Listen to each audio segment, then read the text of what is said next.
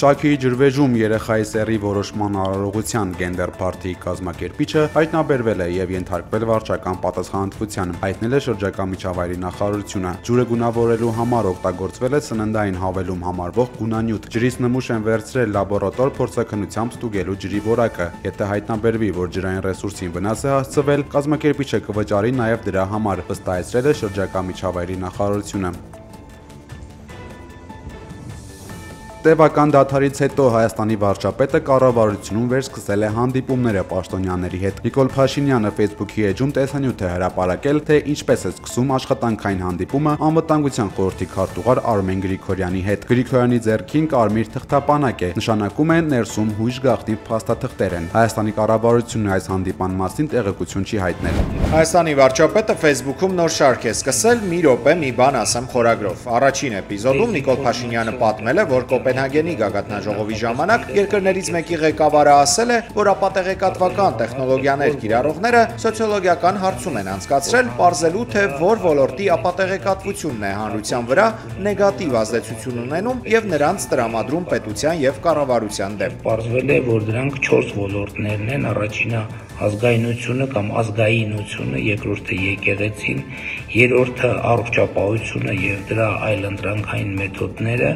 եւ չորրորդը դավադրությունները։ Այսպիսով, ինչպես նշել է Նիկոլ Փաշինյանը, իր առակը ցուցանում է, որ հայկական եւ եվրոպական հանրությունները շատ չեն տարբերվում։ Հայաստանում ատելության խոսքն ունի մտահոգիչ տարածում եւ օգտագործվում է գրեթե ամենօրյա ռեժիմով, հայտարարել է Մարդու իրավունքների պաշտպան Անահիտ Մանասյանը։ Նրա խոսքով ակադեմիական համայնքի, հանրային ու քաղաքական գործիչների կողմից հնչող ատելության խոսքը մեջբերում չափազանց վտանգավոր միտում է եւ կարող է հանգեցնել խորքային բացասական հետևանքների։ Մանասյանը նշել է, թե խորհրդարանը, թե հանրային քաղաքական գործիչները առանձնահատուկ պատասխանատվություն ունեն ատելության խոսքի կանխարգելման եւ դրա դեմ պայքարի արդյունավետ գործիքակազմի ձևավորման հարցում։ Երևանի զարգացման գլխավոր ու ամեն օր խոսվող ցուցանիշը չպետք է լինի ասֆալտի աշխատանքները ու ավտոբուս ձեռք բերելու։ Դա իրական զարգացման հետ որևէ կապ չունի։ Երևանի օրվան ընթառաջ ուղերձում գրել է կալանավորված գործարար Սամվել Կարապետյանը։ Բարերարը խոստացել է, որ շուտով իր ղեկավարած մեր ձևով շարժումը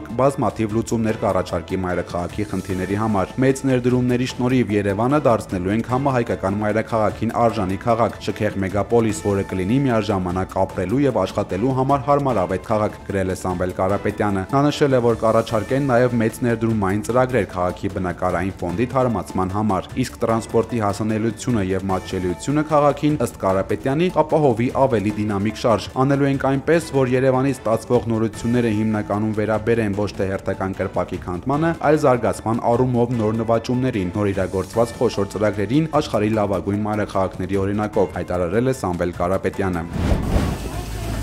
Վրաստանում տեղական ինքնակառավարման մարմինների ընտրությունները վերածվել են բողոքի լայնամասշտաբ ցույցերի։ Ընտրություններից մեկ օր առաջ եւ դրա ընթացքում մայրաքաղաք Թբիլիսին հայտնվել է քաղաքական լարվածության եւ անկարգությունների կենտրոնում։ 8 ընդդիմադիր կուսակցություն բոյկոտել էր տեղական ընտրությունները, մեղադրելով իշխանությանը ընտրական գործընթացը վերահսկելու համար։ Ընտրություններից հետո երկկենտրոնական ընտրական հանձնաժողովը հայտնել է, որ քվեարկությունն անցել է առանց խոշոր խախտումների եւ իշխող վրացական երազանք կուսակցությունը ստացել է ընտրողների ձայների մոտ 71%-ը, Թբիլիսիում ավելի են թեժացել բողոքի ակցիաները։ Ակտիվիստները հավաքվել են խորհրդարանի եւ նախագահի նստավայրի մոտ պահանջել կառավարության հրաժարականը։ Ցուցարարների մի խումբ փորձել է ճեղքել անվտանգության պարիսպը եւ ներխուժել նախագահական նստավայր, սակայն հատուկ նշանակության ուժերը ջրցան մեքենաներով ցրել են ամբոխին։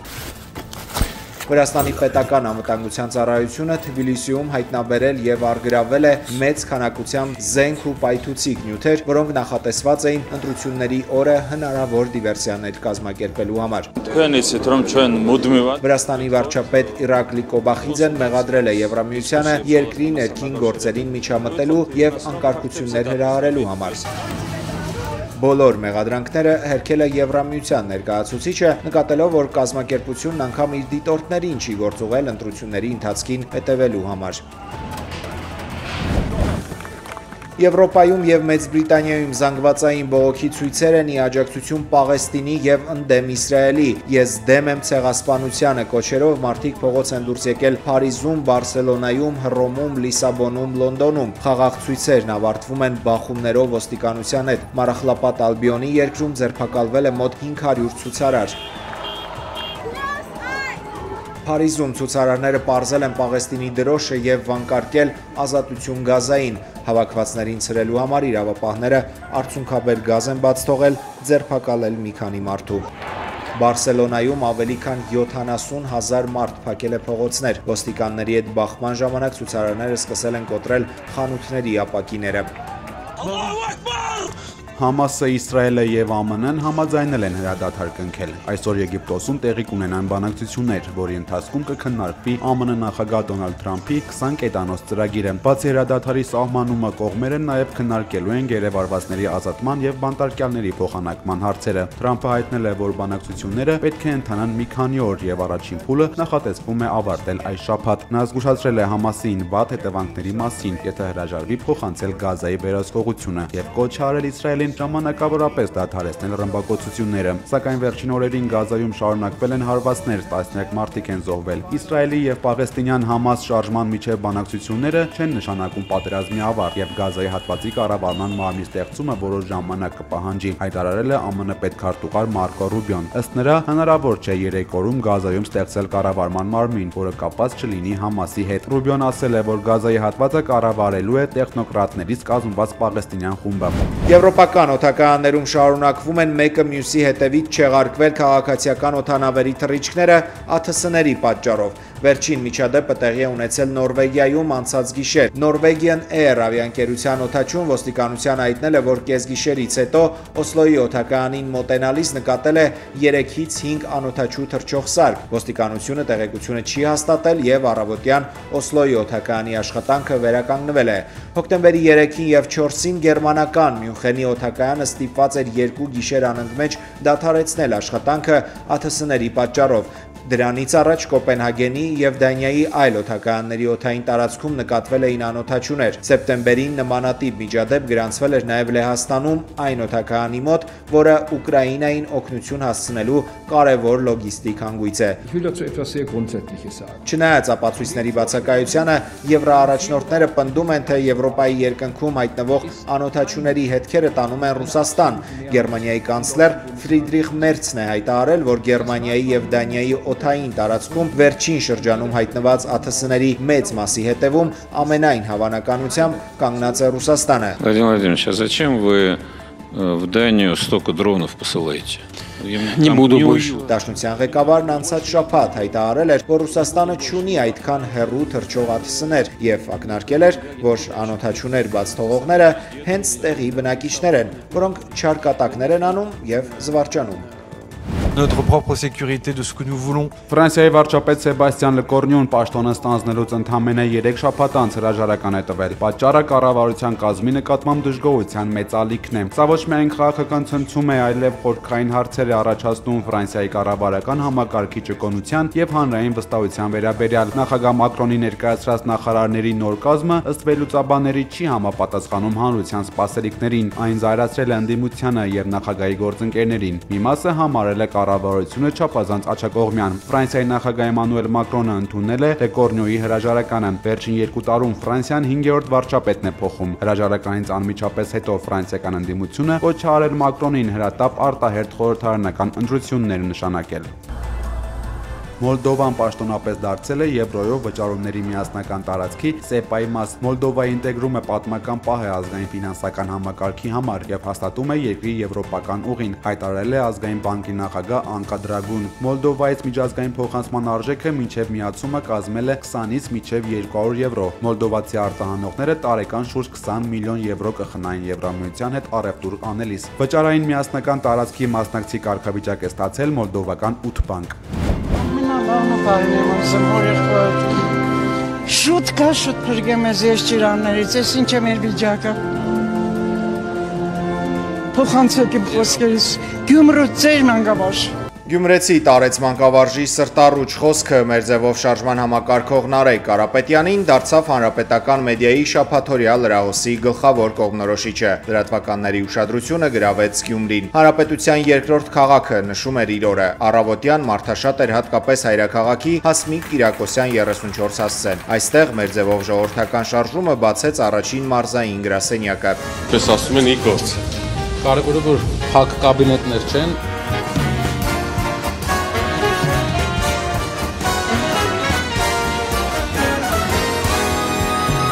բոլորը միայնայն համաձայն են այս շարժմանը մեր ձևով, որովհետև կա մեջները խելացիություն, կա մեջները ճիշտ իմաստուն մարդիկ, որոնք կարողանան մեր ժողովրդին որի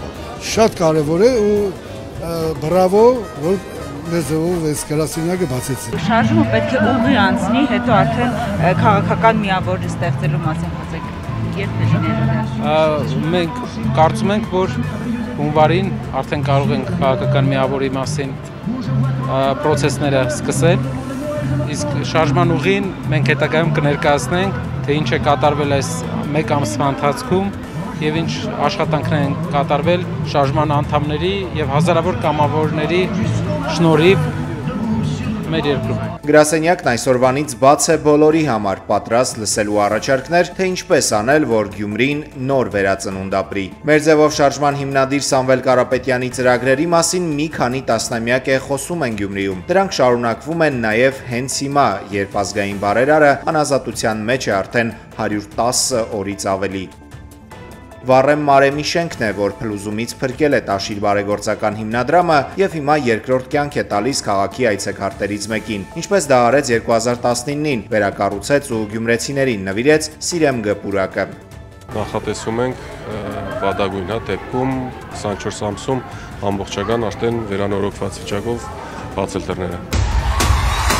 Գյումրին պետք է տոնի քաղաքի օրը, այսպես մեր ձևով շարժումը եւ Տաշիր բարեգործական հիմնադրամն արձագանքեցին լուրին, որ հանրապետության երկրորդ քաղաքի բյուջեն առաջնահերթ ծախսեր ունի, իսկ կառավարությունից հավելյալ ոչինչ չի ստացել ու ստիպված է հրաժարվել քաղաքի օրը նշելու մտքից։ Սամվել Կարապետյանի որոշմամբ շաբաթ երեկոյան գյումրեցիները Հայաստանի մյուս քաղաքների բնակիչների նման նույնպես նշեցին քաղաքի օրը մեծ, շատ մեծ համերգով։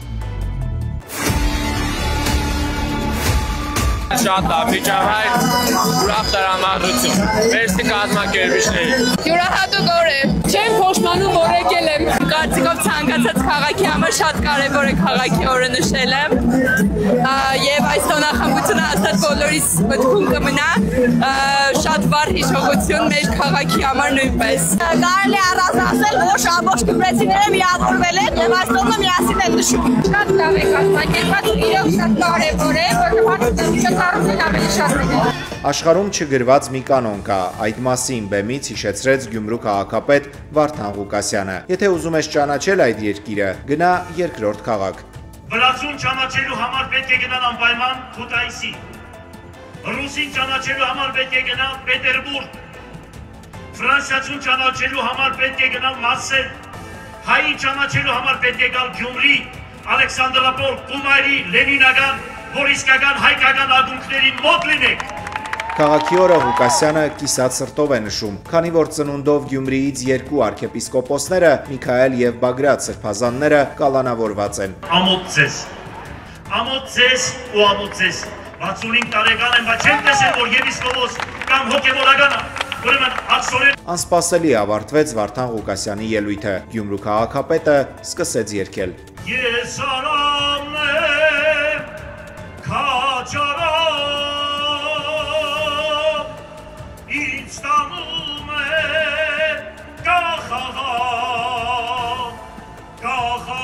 կախաղանից իդգորան, գեցե անկախ Հայաստան։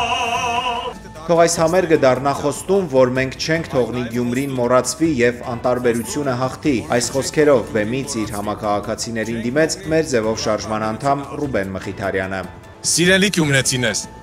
մեր ճակատագիրը մեր ձեռքերում է։ Եթե մենք միասին լինենք, ոչ մեկ չի կարող մեզ խոդրել։ Ուրեմն եկեք ամեն օր գործենք ու պայքարենք, որ Գյումրին նորից դառնա Հայաստանի մշակութային, սպորտային, կրթական ու տուրիզմի մայրաքաղաքը։ Ես հավատում եմ, որ դա հնարավոր է։ Հանուն Գյումրի, հանուն հայոց ազգի եւ հանուն Հայաստանի Հանրապետության։ Վարդանանց հրապարակի համերգն անցավ մի շնչով 30,000 հանդիսատեսի մասնակցությամբ։